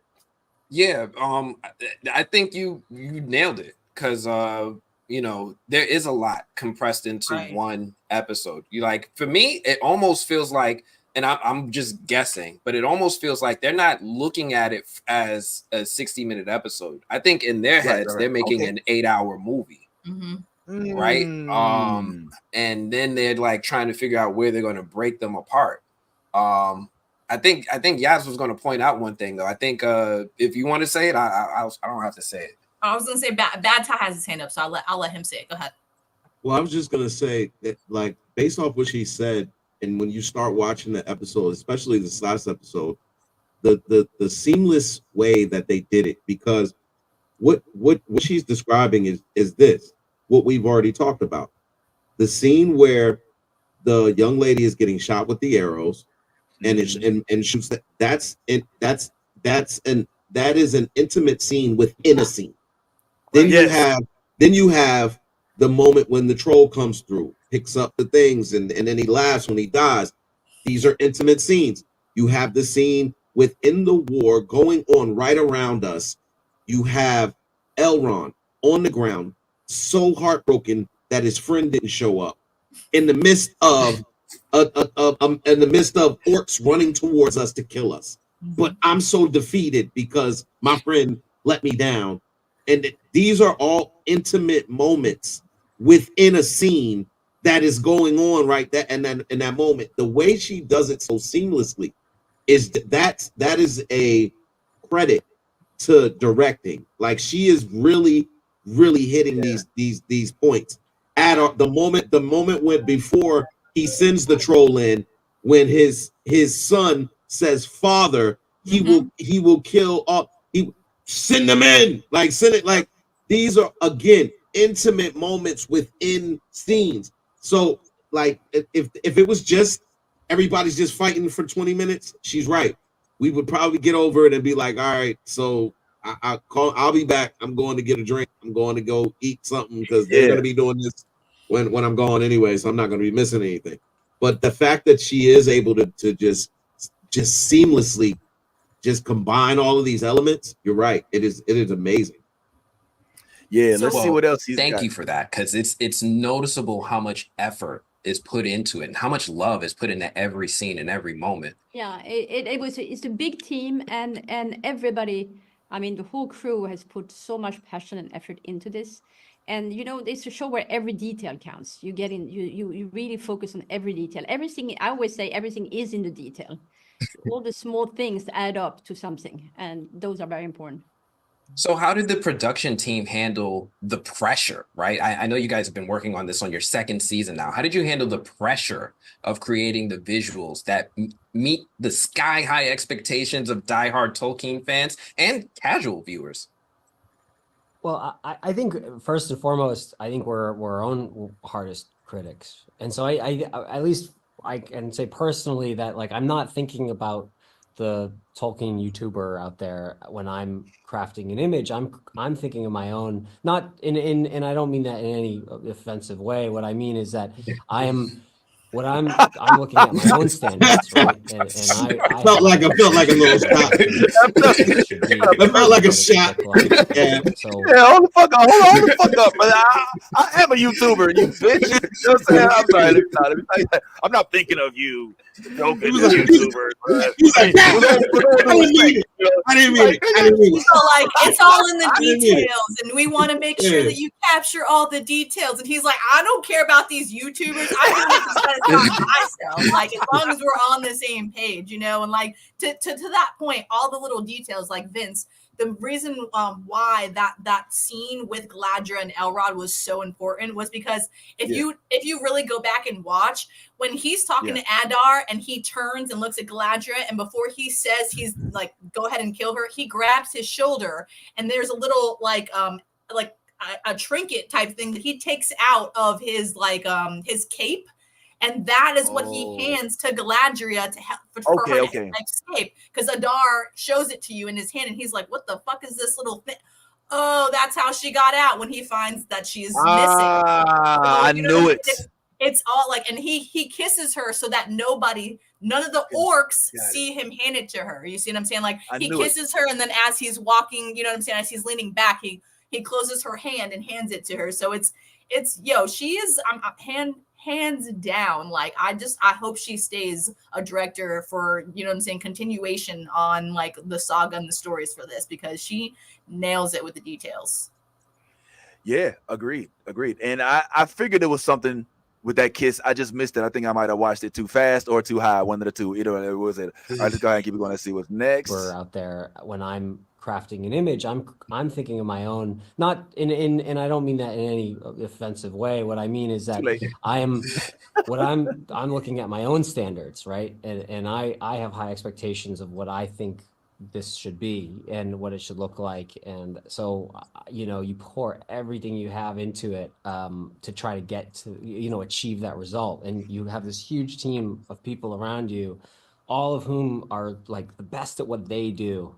And your job is to kind of bring it all together and put that all on screen. And so I think if we can make ourselves happy in a way, in terms of being proud of how much we've put into it and feel good about what we've done, then we hope that other people feel the same way. And kind of, but ultimately once it's out in the world, it's out of our control. And all we can say is we've done what we feel is like the best that we can do with what we're given. So I'm gonna clip that, and I'm gonna make a reel where he says like, yo, so how do you do all of this, for the YouTube, and he's like, well, I'm not really worried about the YouTube, and then it's gonna go I'm gonna put this sound effect behind it. It's gonna go, and then I'm just gonna zoom in on your face.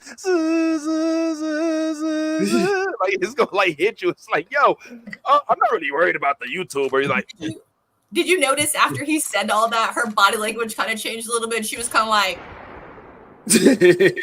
like, you know what I'm saying? Like if you watched her, she's like, oh my god, like can we switch the conversation? I hope he and then she's like, oh, he's still talking.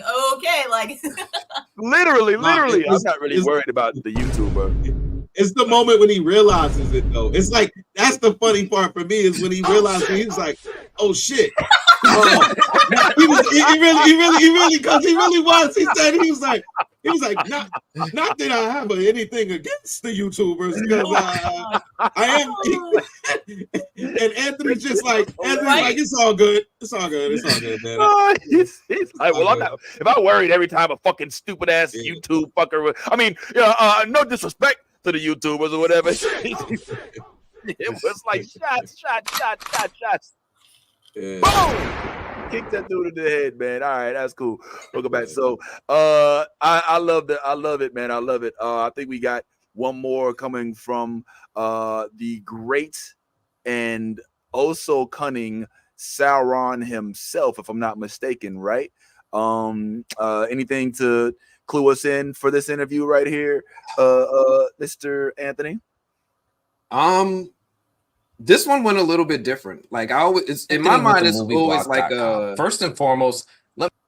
It's almost always like a boxing match. Like in my mind, it's like, first off, I'm usually the only person that look like us in the room, right? Like I'm usually the only person. Yeah. So like then I always have to try to combat any preconceived expectations and make them think, right? Like I always want to make them think, be memorable, and just let you know, welcome us. We have thoughtful things. So like, so this one went a little bit different. You'll see, I think in the first question is one way, and then the rest of the questions go better. So better. I'm like, because when I was supposed to interview him, it wasn't supposed to just be him. It was supposed to be him and Kellen Brimbor. But I think they can't. Yeah, but it ended up just being him one-on-one. So you'll see it in the interview. I'm excited for it. That's kind of a gem though. That you know what I'm saying? Like you were going to have him and Celebrimbor, and then So I mean, I feel in a way. I mean, there's no, you know what I'm saying? There's no qualms against Celebrimbor's character at all. Like I absolutely love his character, but I mean, I feel like you got a better opportunity with him not being there to kind of go in more depth into his deception and how his mastering how he created that character to give us Sauron. Because I mean, master of this man, he reached new heights with his manipulation and how it was so beautifully displayed in every conversation he had with every single person. It was a way to deceive, you know what I'm saying, and get ultimately what he wanted, and that's what he got out of it, you know what I'm saying? So I honestly think that, I mean, that was kind of a gem, to be honest with you. Yeah, go ahead. Sorry, Anthony. No, go for it. Like I'm excited to see it. Okay, let's take a look at what none other than Sauron had to share with our good friend Anthony here. Exclusive content coming directly from New Blurred Order. Let's run it. Anthony with the movieblog.com. First and foremost, let me bow before the might of Sauron. Okay, let me just get that out of the way. Show mercy on me. Thanks, Anthony. Thank you. Halbrand has had quite the evolution over these 2 seasons. Yeah. So what's it been like navigating the transition? First, an aimless man, and then learning you're actually playing Sauron and evolving into this darker character that we're seeing now. How did you actually approach portraying these internal shifts? I think it's all about, for me, trying to make it consistent with what Tolkien wrote. And that's whenever I feel any doubts or confusion, I just go back to the text and I try and find the inspiration from different parts, whether it's the Silmarillion or the Akallabeth, Rings of Power, the appendices. Like there is so much stuff there that I can draw upon. And it's a joy. Like that's the thing. It all comes back to that. And connecting all these different forms of the character, and they all come back to Sauron's goals and what Tolkien wrote about what Sauron was trying to achieve. That I love to see. I've been really obsessed with how you balance his charisma with his darker intentions underneath. What's been the most rewarding and challenging part of playing that duality? I think it is challenging to try and not sink too far one way or the other and maintaining the truth. Because the deceiver, you can get kind of caught up with deception and mustache twiddling and having too much fun with it. So it becomes a bit caricature-y. And for me, I really wanted to try and keep it grounded in the reality and still revel in playing this villainous character, but then feeling the weight of the responsibility that he holds in the story, because he has to be the evil, like he is the antagonist. But he sees himself as the protagonist, which I think is quite fun. He thinks that everything he's doing is right and for the good of Middle-earth. How's it going so far, Anthony? So I'm not going to say I didn't like his first answer, but it felt like it was rehearsed. Like I've watched a few other interviews with the creators, and one of the things that I hear sometimes is that they'll say something like they go back to the text. And when I heard him say it, I'm like, it felt like copy and paste answer, which is fine. You know, that could be just how he sincerely felt. But you know, I like when I stump them. Like I want them to think off the top of their head. So with him, it's like I said, it's always like a boxing match. I'm trying to figure out how to disarm you and then like get you to really talk. So you could detect exactly what you're trying to avoid, which is too much redundancy in interviews. You don't want to have the same answer he gave to the dude that was on the screen 10 minutes before he came to your screen, and you peeked it and you said, nah, homeboy, and stepped away for the next answer. Is the next answer, I think, was a little bit more to where you're liking. Yeah, you know, with these, I'll sometimes have like 7 or 8 questions. And depending on how the conversation goes is when I'll pick what question I'm going to throw at them. Smart. So like the first time I saw he was a little guarded. The second time he started to think a little and he was like, oh, I don't want to be mustache twirly. I don't want to be character. Yeah. I'm like, all right, now you're starting to talk to me. Now I'm going to hit you with a real question. The mustache, that was an interesting choice of words. I thought that was fascinating. And I do want to real quick comment on, before we finish up with that interview, on what you said before, which is the fact that you almost, as a black man who's into this type of shit, immediately have to confront the dispelling of the stereotype of you being a black man, let's just keep it real, with a hat on backwards, t-shirt that just popped up on the screen in a room that looks like exactly in a room that looked like it could be your son's.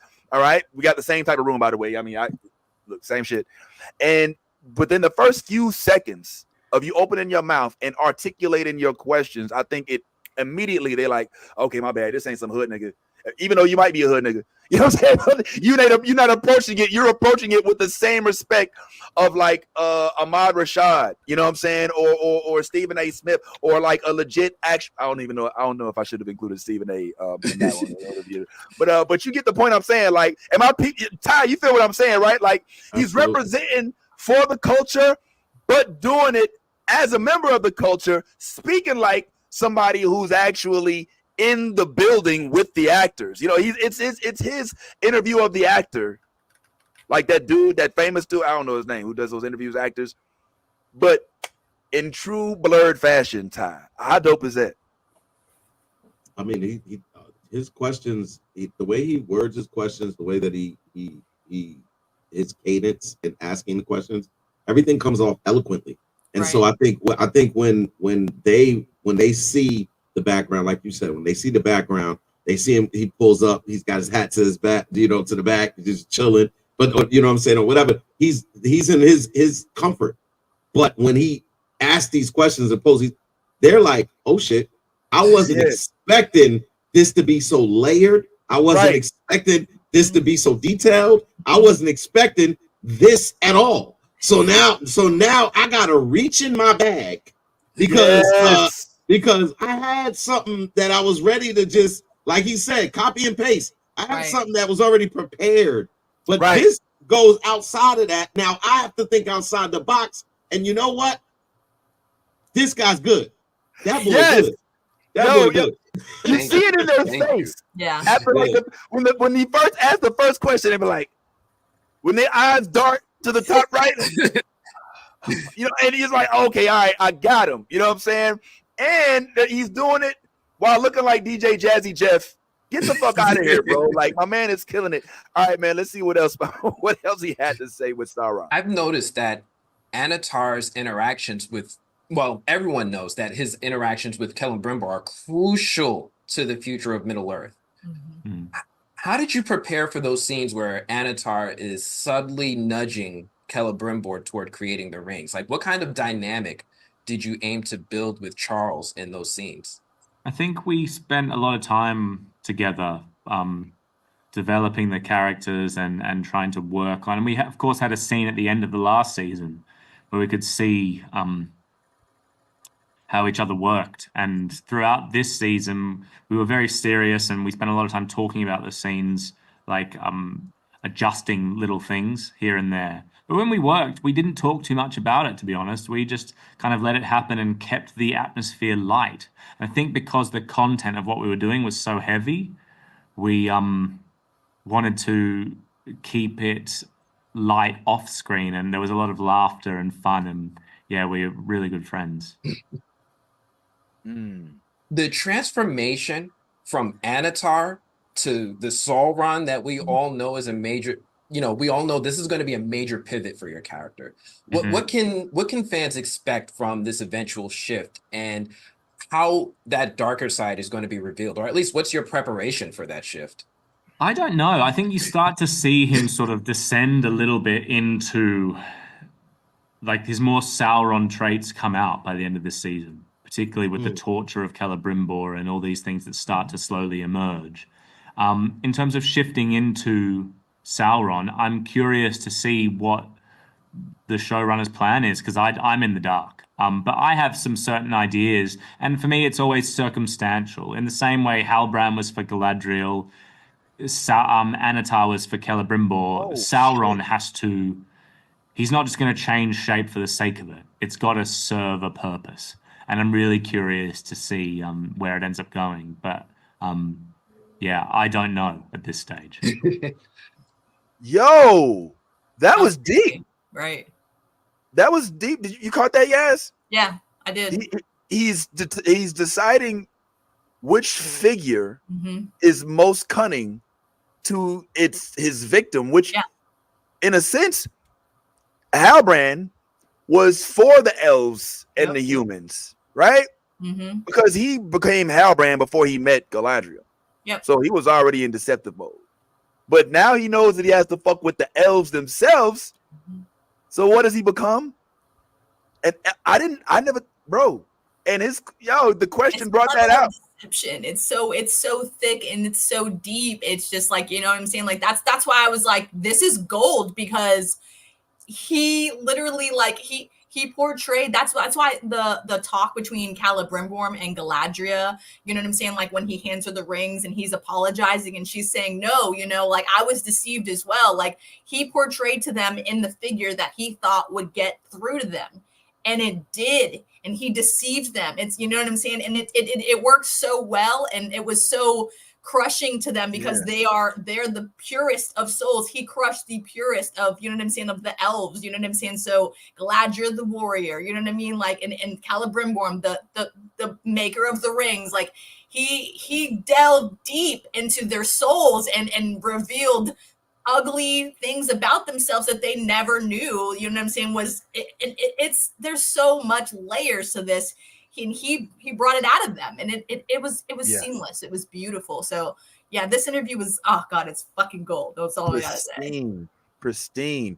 Did you get everything you wanted out of it? I didn't see anything. I mean, other than when you said it started one way and went another. I think you're referring to the fact that he tried to just hit you with the generic interview, but then by the end of it, he was a little bit more on point. Was that what you were referring to, Anthony? Yeah, and I was trying to get him to open up, right? Like one thing I can usually tell if the person is really engaged with me is if they, like you said, they start looking off, they're thinking, or if they smile. Yeah, like, he started to smile as the interview went further along, and I'm like, all right, now you're talking to me. You're not just talking at me. So that was good, and I hope he remembers me. I think he might actually remember me when it comes time to talk again for season 3. Oh yes, I think all of them will remember you. Yeah, no question. I'm sure they probably had a conversation afterwards about you. Like, hey, like who'd you interview? Oh, I just interviewed with Anthony. I'm like, oh, he gave you those tough questions, didn't he? Oh, but he's such a fucking hard ass. He's a hard ass. They said they were fighting over me. You said they were fighting over me. Like I was supposed to talk to, because I also talked to the Nori actress and the queen, and the queen Midiel. So I had them, the black ones, well, the Nori's not black, but I had them together, and like it was like, am I going to them or am I going to Sauron? They're like, well, they actually want you in both the rooms. We got to figure out which one you could go to first. Tag team back again. Check it directed. Let's begin. But that's because you want to know why that is, though, that they're fighting over, like, you know, because you leave them with wanting more. Like they didn't expect the interview they got, and they want more. They want to tell you more things. They want you to peer it out of them. You know what I'm saying? Because that you're so well at doing that. And I think once all the interviews are done, they literally, like, when they're on set or, you know what I'm saying, talking to each other, they meet up, they're like, yo, what question did Anthony leave you stumped with? Because he left me stumped, like, quite, you know what I'm saying? I feel like that's a conversation they definitely have because of how seamless your interviews are. Yeah, and on top of that, you don't ask shit like, so what's better, Popeyes or Publix chicken? You know what I'm saying? Because that's the type of shit I'd be asking. Like, you know what I'm saying? Like, so is it cold in England right now? Like, you know what I'm saying? Dumbass shit. So kudos to you, my man. Let's keep these coming. We got more. I mean, maybe let's save a couple for next week or another future week, man, because this is classic. This is phenomenal. Can we just real quick tip our hats to Anthony? Like, my man is doing big things. And so you got to get your flowers from us, homeboy. And they fighting over you. Well, so is we, goddammit. Like, you fucking with us now, goddammit. One of us. All right, man. Well, listen, let's go ahead. The Rings of Power is on Fuego. If you ain't been watching it, please do yourself a favor. Tune in Amazon Prime. This show is doing shit I was not expecting a show to be able to do. Is it the perfect show, best show ever been on TV? No. But it is a very, very, very, very, very, very, very good investment of your time, in my opinion, especially if you are one that is into the J.R. Tolkien novels as well as the movies. But there are other projects afoot. Before we start talking about some of the side projects that we were talking about, I think Ty said that there was there's a Vox Machina season 3, I believe, coming out. Nali referred to a couple other shows. Ty, yes, there's a show, the eating on the floors, and all that other shit. So we will talk about that. But before we go any further, we have got to talk about this goddamn show, Agatha. All right, and hopefully we don't mess up any interviews for Anthony with this commentary. Go for it. I have feelings on Agatha. Real quick, just a quick survey. Who's had a chance to see the last episode of Agatha? Who's caught up? We caught up everybody but Anthony. Anthony, you gonna hang out for it? Or you want to come back? I'm hanging out. I'm gonna hang out. Spoil it. Go for it. I'm not worried. Cool. All right, let me do this without Anthony included. Let's go ahead. I'm gonna take this down and just give me thumbs up if you liked it, loved it. Thumbs down if you hated it. Meh in the middle if you felt either way. I'm gonna take it down in 3, 2, 1. Oh wow. We are definitely uneven this morning. Let me start with Nali. Nali, what are your thoughts on this episode? You seem to have a reluctant thumb up in the air. What say you about Agatha this particular time, this now? Okay, so while I agree, I do not like Agatha's I get Catherine Hahn's acting. I get it. It's the character. But that makes me not like the character. But I like everybody else. And so everyone else kind of pulls it for me, which is kind of sad because the show is about her. But anyway, I love everybody else. I wasn't a huge fan of the first 2 episodes, but this episode I was like, they might be doing something. And I might be here for it. I'm okay with that. Can I ask you what it was that made you say that? I think it was just finally getting into the trial and things like that, and them figuring out and then seeing what their I guess, how would you call them? What each person's individual trial hallucination was. Oh, y'all got some dark histories. Are we gonna delve into it? Do I get to know more? We name dropped Mephisto, who bound them? That happened. I got questions that I'm hoping I get answers to, but also rest in peace, Mrs. Davis. I'm not accepting that one either. I'm not accepting. She looked She did. None.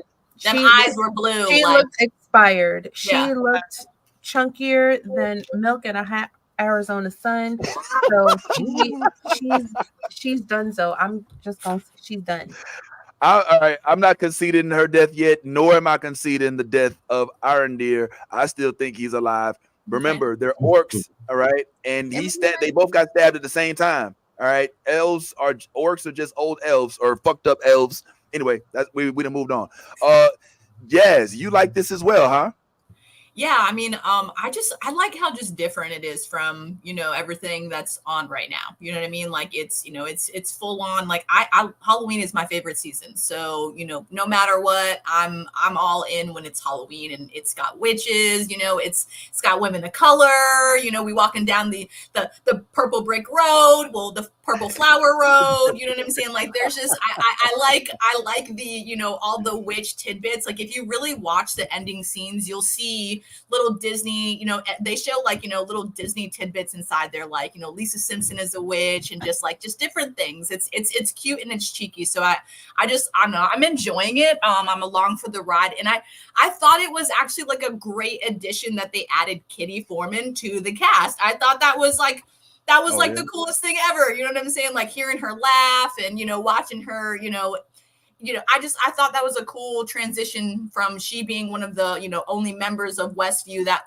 she interacted with, that was still, continuing on. So I thought that this episode was really funny because Kitty had a lot of funny, like little tidbits that she was saying, like she wanted to drink the blood of the virgin that she never got to drink. You know what I'm saying? We never know if that's going to help bring her back. So I'm excited to see where all the trials lead, because they seem really, really interesting where they're going with them. And I'm curious to find out what is up with this boy, this teen that Agatha keeps antagonizing, and she's like, she's in full mom mode with him without even, you know what I'm saying, knowing who he is. So I'm really excited to see where that relationship kind of goes. And when we find out who he is he really Nikki, the boy that she gave up for the Darkhold? You know what I'm saying? So I don't know. I have a lot of questions about this. So I'm along for the ride.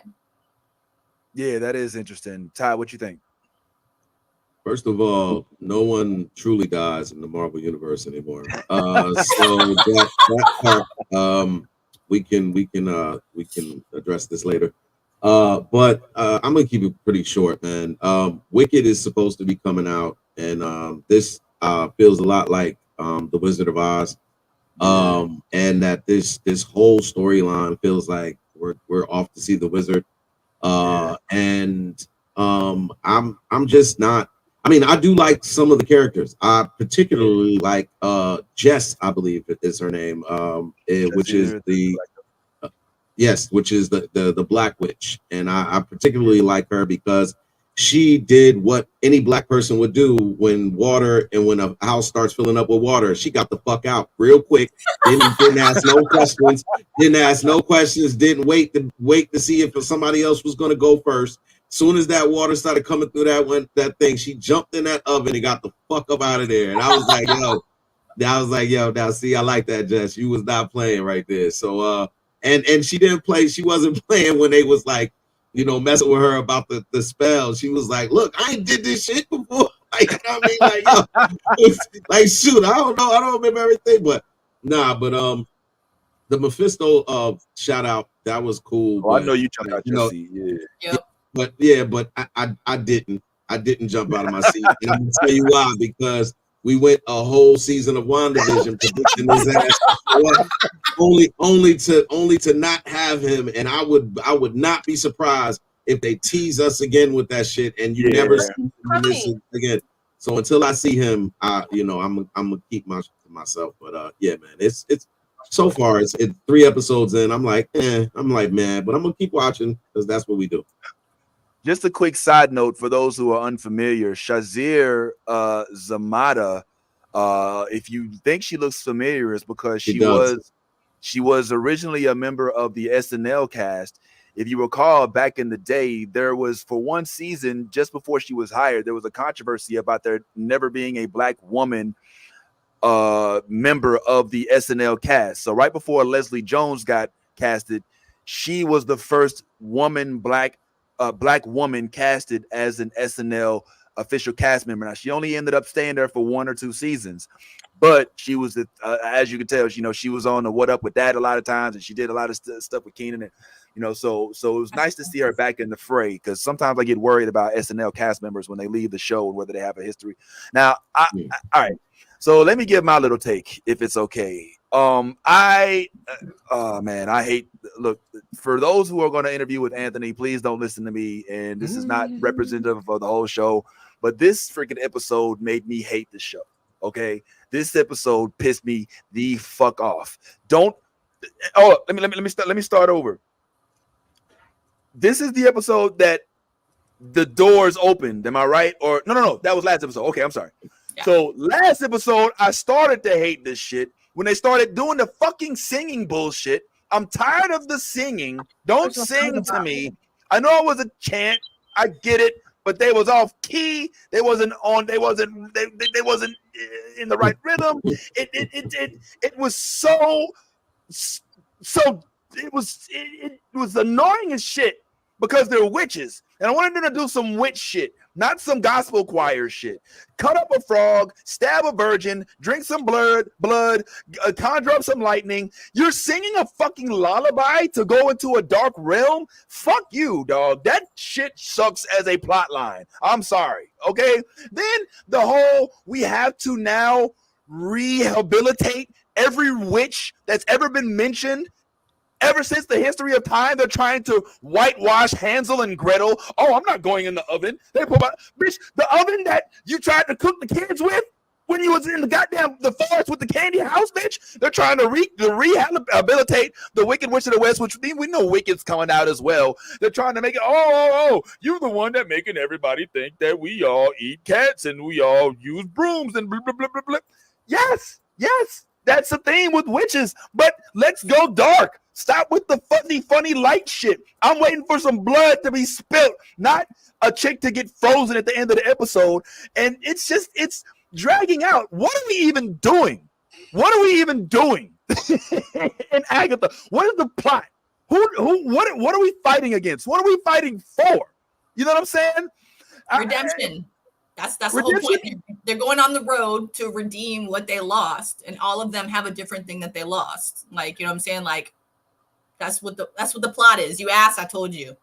I mean, yeah, I heard their powers. They're trying to get their powers back. Right. Is that? But so let me get this straight. The first 15 minutes of Agatha All Along, episode 1, is spent in a dreamlike state in which none of that plot line has any relevance to the actual plot now. All right. Because each episode is 26 minutes. It's not a lot of time.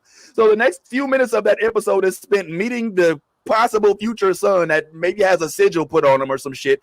The next episode, we're convincing a bunch of older friends to join us to the Purple Brick Road. All right, now we're in the Purple Brick Road. Who are we fighting? Who are the people that showed up?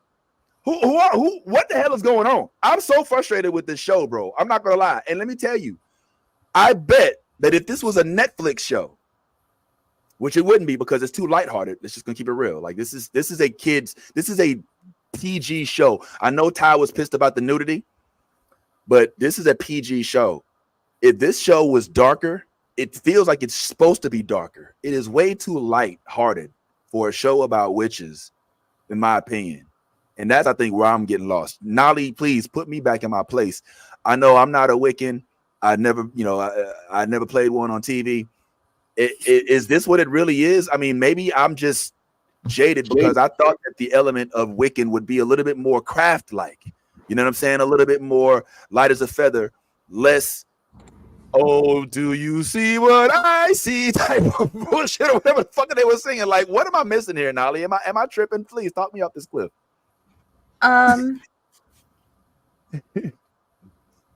Okay.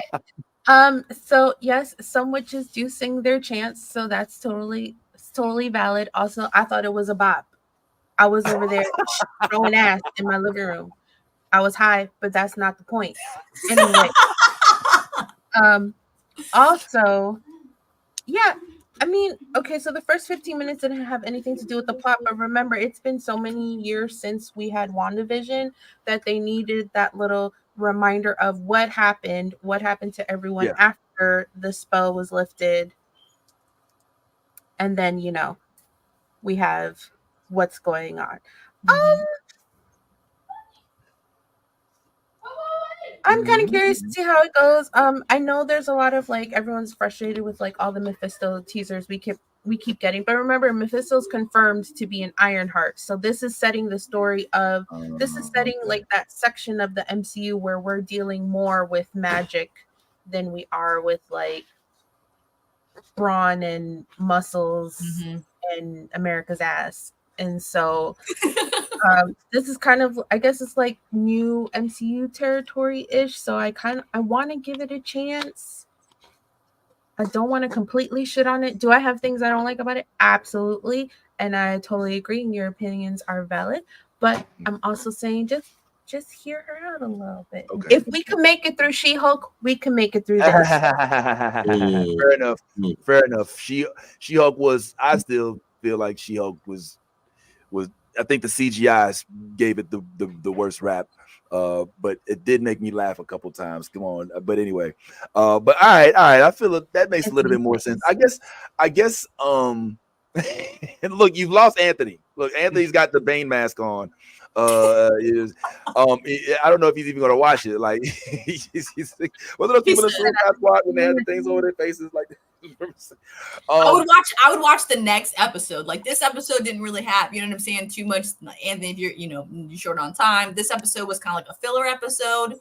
Technically speaking, like Bad Ty likes to, point out we have filler episodes to get us on the storyline. So this technically would be, I guess, considered a filler episode. I feel like the next episode, the second trial, will maybe be, you know what I'm saying, like more of, something crazy is going on, I guess, and we'll dive more into this. But I honestly, like, if we had to do a guess, like, I just want to ask you guys right now, do you think that Kitty is Mephisto? No.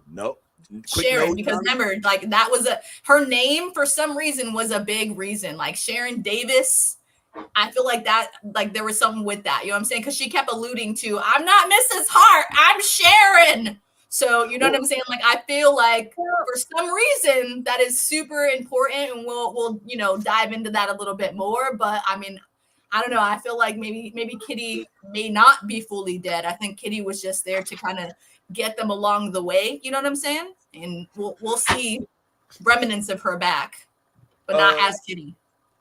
Ty, if they do this, is it Mephisto? Is it not Mephisto? We're not doing that. We're not doing that again. We're not doing that. We are not doing that at all. You think it's Nikki? You think it's Nikki? I don't think it's anybody, because I'm not about to do that again. Come on, let's go down the road. Until Mephisto shows up, I will not. The fact that they just teased them, they're doing the same thing that they're doing what they did with WandaVision. They just want all the blogs to be sitting here arguing who's Mephisto and all of the publicity that comes along with that. I'm not marketing for Marvel anymore. I'm not doing that.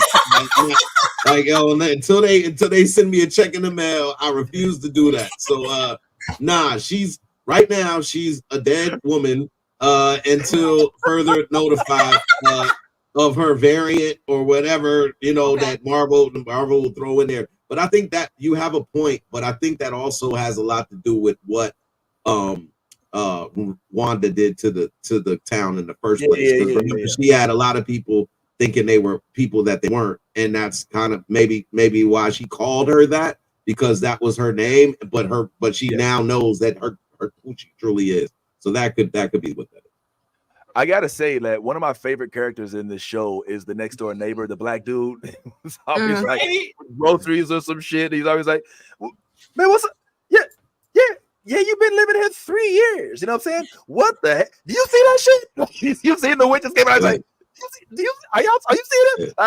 Even in WandaVision, he was one of my favorites. So I like that, man. Well, listen, Agatha, you're at a net negative right now for me. Okay, so I need you to pull back up this next episode and bring me back to life, Evanescence style, because this shit right here is not it. It's not it for me. Surgery, please. No more plastic surgery where everybody's got Botox. Yo, that was the Big Mama's house face shit is not where it's at. Okay, this episode it was too much of nothing for me. I'm sorry. I don't mean to offend the Wiccan and the Coven community, but there are better representations of your lifestyles, so to speak. And I just hope that this is not where we're going now, because if I'm being honest, this is emblematic of Marvel Productions as of right now. Anyway, find something to build nothing around and put it in the public. But let's go ahead and start wrapping up real quick. Thank y'all. And man, real quick again, Anthony killed it with the interviews today, but there are some other things that are going on. If I'm not mistaken, you all had some things for us to look forward to. Yes, you said that there was another movie coming out, right? I mean, a sequel of it. Yeah, so a Vox Machina drops on October 4th. So that's next Friday, season 3 drops. So definitely look out for that, because we're going to definitely be discussing the first episodes that drop. That's going to be crazy. If you guys remember where we left off, if you didn't, I would go and rewatch, because shit's going to be epic. And also on Netflix, we're going to be having a show that we did discuss briefly a couple, back when it was out. It's called The Platform. Definitely look out for season 2, because I feel like season 2 is going to be way more gritty than season 1, and I cannot wait to dive into this craziness. Okay, and then okay. You had a couple of things too, like Nali and Bad Tie. I think they had a couple of shows that are movies. Yeah. Ty, did you say something? You mentioned something earlier, or are we done? Yeah, I think we just got some trailers to look at. I know there is an anthology series. I think you guys said it's called Levels. Secret Level. That I saw that's supposed to drop on Prime really soon. December 10th. So I think that I saw the trailer for that, and it looked pretty interesting. Well, one of the things we've been blessed with is the ability to check out some future things that haven't been dropped already, and Anthony has been extremely instrumental in this. We just got I think the new intro from Vox Machina, and we might be able to show that right here on the way out real quick. Is that cool? Yeah. So all right, my man. All right, perfect. So let's go ahead and let's give this a gander. This is the new updated season 3 Vox Machina intro. All right, so let's go ahead and give it a go. Here it is. Let's see what we all think about it. Shoot. All right, here we go.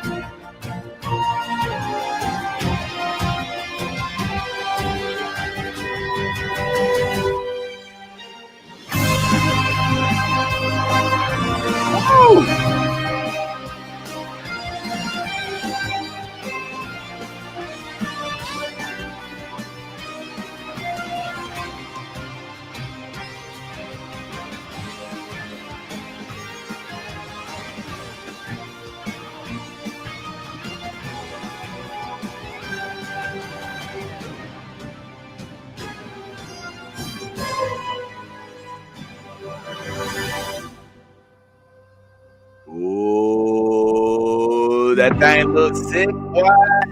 Thank you for the exclusive access. I'm gonna go ahead and give us all thumbs up for that, because we always looking forward to it, man. Everybody on this bitch loves Vox Machina. So let's look forward to discussing that, as well as Rings of Power next episode. The finale, I believe, is coming up next week. Penguin will probably have more episodes under our belt, and we'll probably hopefully have a better episode of Agatha once we come back again next week. By the way, shout out to the Yankees or whatever. So let's go ahead and keep moving. I will see you guys next week, as we do this every single week. Same bat time, same bat channel. And as we always say, be your on behalf of myself, Ty, Anthony, Yaz, Nolly, folks who ain't with us, Kev, Tiffy, Omar, Tyrone, everybody who messed with us, and you that is following us in the chat. Make sure you follow us on all of the streaming sites as well, as Ty would say if we have more time. But like we always say, please be your authentic self. If you ain't being yourself, then you being fake. And ain't no honor in that, no matter whether you're on Numenor, Middle Earth, or Elrond, or whatever the hell you is, or Westview for that matter. And in all things, like we always say, if you a geek in real life, go ahead, let that good geek flag fly. Deuces. I love the new Blurred Order. You should too.